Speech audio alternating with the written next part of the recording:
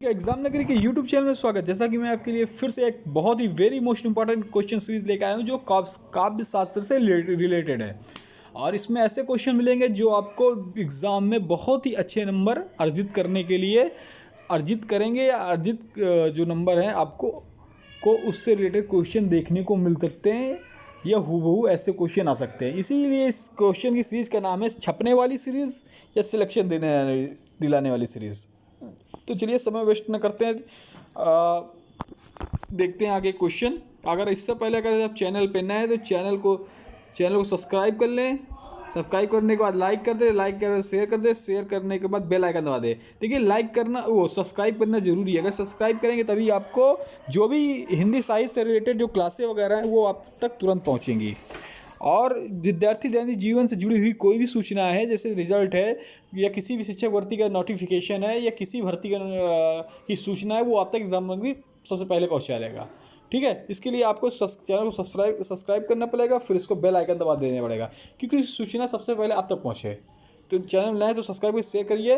इसी तरह आपको एग्ज़ाम नगरी निःशुल्क, एग्ज़ाम नगरी का मतलब एक मोटो है कि निःशुल्क शिक्षा प्रदान करना, जिससे जो पढ़ने वाले विद्यार्थी हैं उनको भी अच्छा कंटेंट मिल सके, अच्छे तथ्य मिल सके या अच्छे क्वेश्चन मिल सके, जिससे वो अपना सिलेक्शन में आगे बढ़ सकें।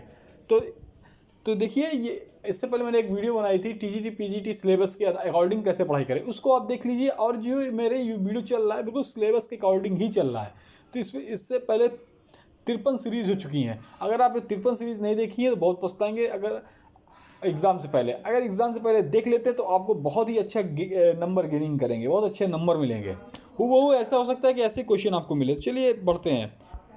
तो वही है, चैनल सब्सक्राइब करें, लाइक करें, शेयर करें। इसलिए काव्य शास्त्र के रिलेटेड है। वास्तविक काव्य लक्षण का प्रारंभ किस आचार्य से होता है, जिन्होंने शब्द और अर्थ के स्वभाव से शब्दोर्थो सहितो काव्यम को काव्य की संज्ञा दी है। तो भामा ने दी है। ये संस्कृत का श्लोक है।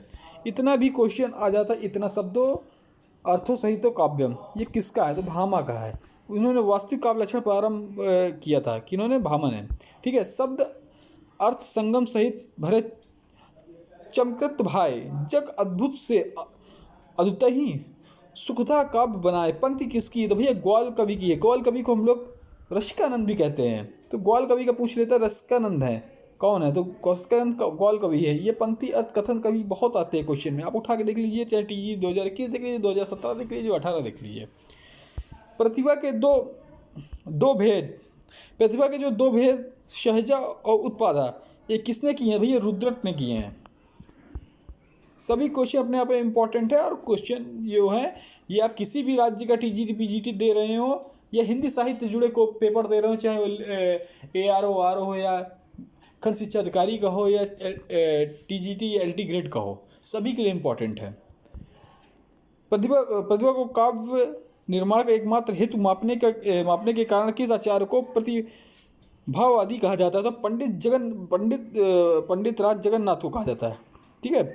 प्रतिभा के दो भेद, एक है कारित्री और भावित्री, ये किस आचार्य ने किए? तो राजशेखर ने किए हैं।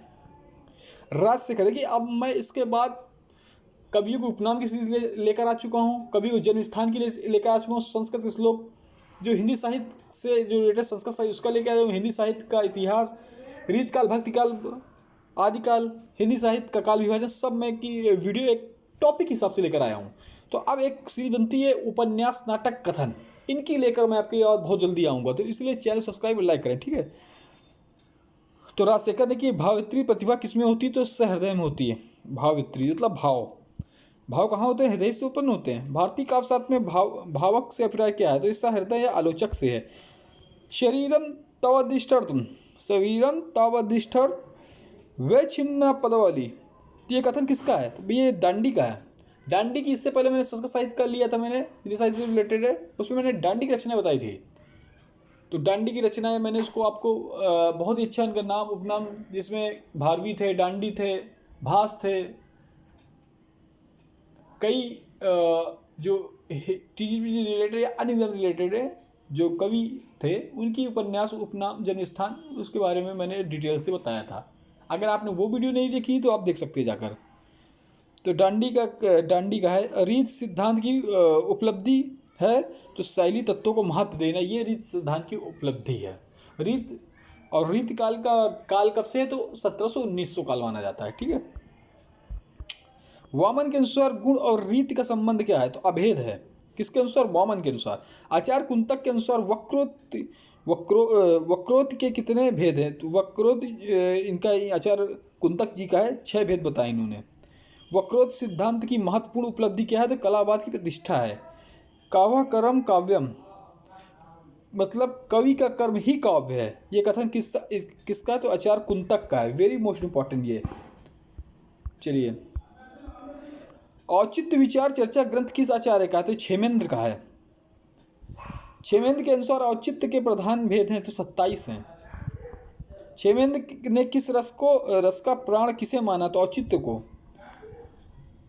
ध्वनलोक की टीका और ध्वनलोचन किसने लिखी है, तो अभिनव गुप्त ने लिखी है। ध्वनि सिद्धांत का प्रादुर्भाव व्याकरण के स्फोट का सिद्धांत है, तो भैया व्याकरण के वाक मतलब वाणी के कितने की सिद्धांत है। ठीक है।